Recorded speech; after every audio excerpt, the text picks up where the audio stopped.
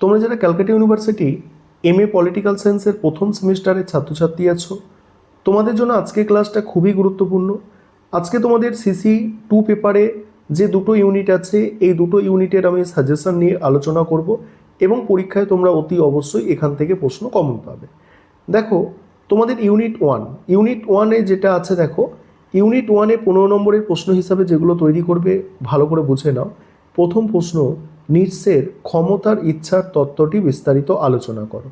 দ্বিতীয় প্রশ্ন, এটা হচ্ছে সবথেকে গুরুত্বপূর্ণ প্রশ্ন, মিশেল ফুকোর বায়ো পাওয়ার এবং বায়ো পলিটিক্সের ধারণাটির প্রাসঙ্গিকতা। আর এটা তোমরা জানো যে তোমাদের জয়েল স্যার ক্লাসে সবথেকে বেশি জোর দিয়েছে এই প্রশ্নটার ওপরে, তাই এটাও কিন্তু খুবই গুরুত্বপূর্ণ প্রশ্ন। নোয়াম চমস্কি এবং মিশেল ফুকোর বিতর্ক আলোচনা করো। তারপরে ডেভিড হার্বের পরের প্রশ্ন কি আছে? পরের প্রশ্ন আছে ডেভিড হার্বের উত্তর আধুনিকতা সম্পর্কে ধারণাটি বিশ্লেষণ করো। আরেকটা বিষয় বলবো, তোমাদের কিছু আমি স্যাম্পেল অ্যান্সার দেখাবো, অর্থাৎ প্রশ্নের উত্তর কিভাবে গুছিয়ে লিখবে সেটাও আমি তোমাদের সঙ্গে শেয়ার করে নেব। প্রথমে তোমরা মনোযোগ সহকারে সাজেশনটা বুঝে নাও, তারপরে দেখো। এবারে প্রাচ্য তথ্য বিষয় এডওয়ার্ড সাইডের মূল যুক্তিগুলি আলোচনা করো। তারপর একটি নারীবাদী রাজনৈতিক তত্ত্বের ক্ষেত্রে দেখো ব্রাউনের মূল যুক্তি, দেখো ওয়েন্ডি ব্রাউনের মূল যুক্তিগুলি কি কি। তারপরে আরও একটি প্রশ্ন এখানে দেওয়া আছে। তারপরে 5 নম্বরের প্রশ্ন রাখা হয়েছে, নিটসের খ্রিস্ট ধর্মের সমালোচনা সংক্ষেপে আলোচনা করো। মিশেল ফুকো দিয়ে একটা প্রশ্ন আছে, মিশেল ফুকো, বাকিগুলো তোমরা দেখো। এবারে তোমাদের পরের যে পার্ট, যেটা তোমাদের কেসি ম্যাম করান, এই পার্ট থেকে 15 নম্বর এবং 5 নম্বরের যে প্রশ্ন তোমরা করবে লাস্ট মুহূর্তে দেখে নাও।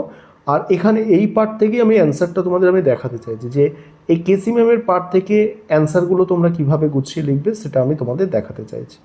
এখানে তোমরা দেখো, আগে সাজেশনটা দেখে নাও।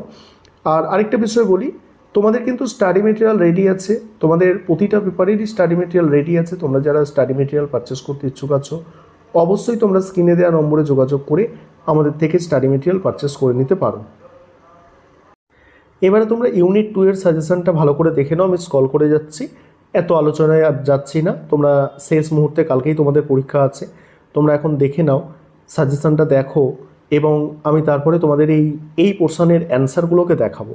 দেখো, যেগুলো স্টার দেওয়া আছে এগুলো হচ্ছে মোস্ট ইম্পর্টেন্ট প্রশ্ন এবং এখান থেকে তোমরা কমন পাবে এটুকু নিশ্চিত, কারণ তোমরা দেখলেই বুঝতে পারবে যে তোমাদের ক্লাসে যেগুলো করানো হয়েছে তার উপরে জোর দেওয়া হয়েছে এবং প্রিভিয়াস ইয়ার্সের প্রশ্নপত্র দেখেই সাজেশন তোমাদের জন্য প্রোভাইড করা হচ্ছে। এবারে তোমরা অ্যান্সার কিভাবে লিখবে সেটা দেখে নাও।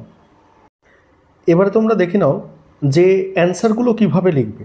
আমি তোমাদের দেখাচ্ছি। দেখো, যেমন প্রথম প্রশ্নটা আছে, অ্যান্সারটা তোমরা দেখবে। আমি স্ক্রল করে যাচ্ছি, এত প্রশ্নের উত্তর তো একটা ক্লাসে আলোচনা করা সম্ভব নয়, তাই তোমরা যারা পেড ব্যাচে অ্যাডমিশন নিতে ইচ্ছুক আছো বা আমাদের থেকে স্টাডি মেটেরিয়াল পারচেস করতে চাইছো, অবশ্যই তোমরা স্ক্রিনে দেওয়া নম্বরে যোগাযোগ করতে পারো।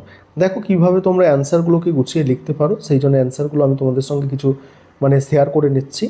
দেখে নাও তোমরা অ্যান্সারগুলো, দেখো এইভাবে তোমাদের কিন্তু অ্যান্সারগুলো লিখতে হবে, দেখে নাও। তারপরে মার্কসের যে সিভিল সোসাইটি সম্পর্কে ধারণা আছে, দেখো তোমরা অ্যান্সারগুলোকে কিভাবে গুছিয়ে লিখবে দেখে নাও।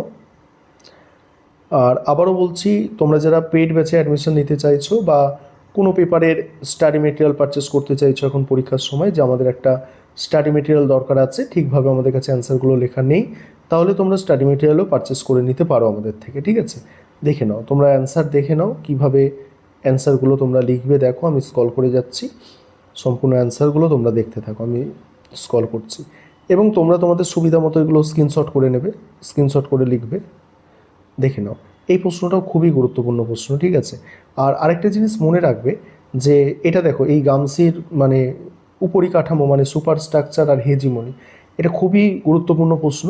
আর অরিজিনাল যে টেক্সট, অর্থাৎ যেগুলো তোমাদের সাজেস্ট করেছে, যেমন কেসি ম্যাম কিছু তোমাদের রেফারেন্স দিয়েছে, সেই রেফারেন্স থেকেই কিন্তু অ্যান্সারগুলো লিখতে হবে। তোমরা যদি নিজে থেকে ভালো ভালো বই থেকেও লেখো বেঙ্গলি ভার্সানের, সেক্ষেত্রে নম্বরটা অতটা ভালো আশা করা যায় না। তাই তোমাদের যে রেফারেন্স দেওয়া হয় সাধারণত সেই রেফারেন্স দিয়ে লিখলে ভালো, বেটার, অর্থাৎ সেখানে একটা নম্বর পাওয়ার একটা ভালো জায়গা থাকে। দেখে নাও, যেমন জার্মান আইডিওলজিতে গ্রন্থে মার্কসের মতাদর্শ সম্পর্কে যেটা আলোচনা করা হয়েছে, এটা খুব গুরুত্বপূর্ণ প্রশ্ন, তোমরা জানো তোমাদের ক্লাসে এগুলো বিশেষ জোর দিয়ে পড়ানো হয়েছে। আর অ্যান্সারগুলো আমি তোমাদের সঙ্গে শেয়ার করছি যাতে তোমরা বুঝতে পারো যে কেমন অ্যান্সার তোমাদের লিখতে হয়। আর আবারও বলছি, তোমরা যারা স্টাডি মেটেরিয়াল পারচেস করতে চাইছো অবশ্যই স্ক্রিনে নম্বরে যোগাযোগ করে স্টাডি মেটেরিয়াল পারচেস করতে পারো।